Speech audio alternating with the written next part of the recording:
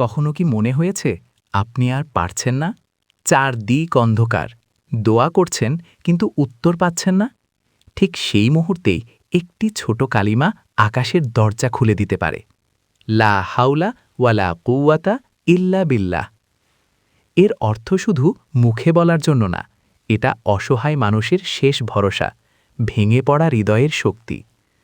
মানুষ ভাবে আমি পারব, আমি করব, আমার শক্তি আছে।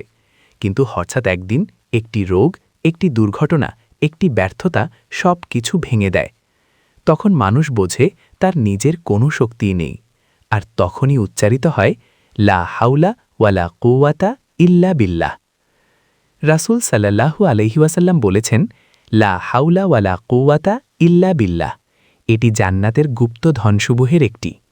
ভাবুন তো, এই দুনিয়াতে আমরা কত কিছুর পেছনে দৌড়াই, অথচ জান্নাতের একটি ধন আমাদের জিহ্বায় লুকিয়ে আছে। যে ব্যক্তি এই কালিমা পড়ে সে যেন জান্নাতের ভাণ্ডার খুলে ফেলেছে। আমরা সবাই গুনাহ করি, চাই না তবুও হয়ে যায়। চোখের গুনাহ, মনের গুনাহ, জিহ্বার গুনাহ। কিন্তু এই কালিমা গুনাহে পোড়া অন্তরকে ধুয়ে দেয়। যে ব্যক্তি বিশ্বাস নিয়ে বলে লা হাওলা ওয়ালা কুওয়াতা ইল্লা বিল্লাহ, আল্লাহ বলেন আমার বান্দা স্বীকার করেছে, সে আমার উপর নির্ভর করেছে। আর আল্লাহ কখনো নির্ভরকারীদের ফিরিয়ে দেন না। যখন মনে হবে সব দরজা বন্ধ, সব মানুষ দূরে, ঠিক তখন লা হাওলা এই শব্দ আকাশে ওঠে এবং আল্লাহর সাহায্য নেমে আসে। এই কালিমা বলে, হে আল্লাহ, আমার কোনো শক্তি নেই, তুমি ছাড়া কেউ নেই। আর আল্লাহ এই কথা খুব ভালোবাসেন।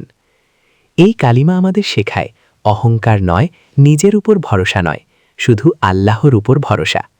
যে ব্যক্তি বেশি বেশি লা হাওলা পড়ে তার হৃদয় শান্ত হয়, ভয় কমে যায়, ঈমান শক্ত হয়। আজ যদি আপনি কষ্টে থাকেন, আজ যদি আপনি ভেঙে পড়েন, আজই শুরু করুন।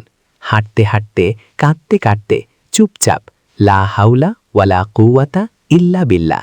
কারণ এই একটি কালিমা দুর্বল মানুষকে আল্লাহর শক্তির সাথে যুক্ত করে।